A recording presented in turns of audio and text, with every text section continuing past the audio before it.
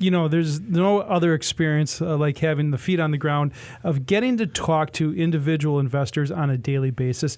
And throughout our 5 branches, we get to do that. And the experiences that I get out of it are actually, it's the most enjoyable part of the job, no question, is dealing with the folks. Some things that I see continue to dismay me, and falling for investment pitches that are just too good to be true, Mark, continue to happen. And it happens all across the spectrum in the investing world.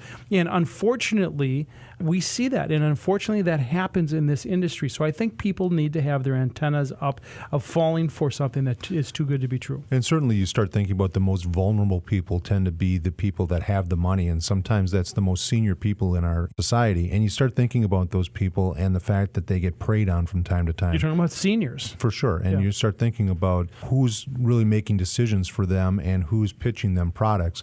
So we looked at a case this week, Dave, that was filed in a court, and I think it's going to take class action status, and it's against one of the largest banks out there, and they created a product. And brokerage firm. It's a bank and brokerage. It's called a bank, but it's a brokerage firm. For sure. And they created a product called a yield enhancement strategy. Now that sounds pretty good. Yield enhancement strategy. I want that. Yeah, and why not? And wait for it. The acronym is yes.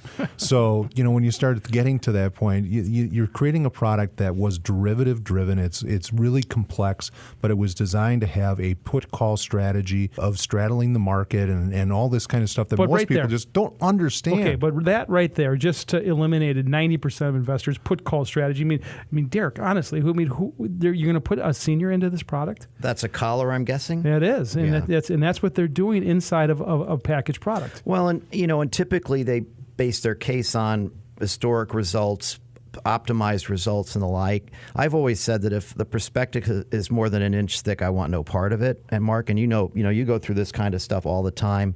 We've had any number of new clients come from other places like you're referring to that were loaded up in these sort of things, which tend to be illiquid. They have surrender charges. They have all sorts of fees attached to them.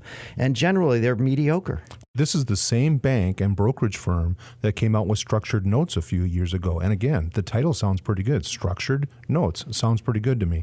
And they turn out to be these derivative things that in that case was collateralized mortgage obligations that you were actually investing in. It's asking questions because this is a trust-based business. And when people put their money with a firm like Annex Wealth Management or a big brokerage firm or a big bank, it is a trust-based relationship, and you have to ask questions before you get into these investments.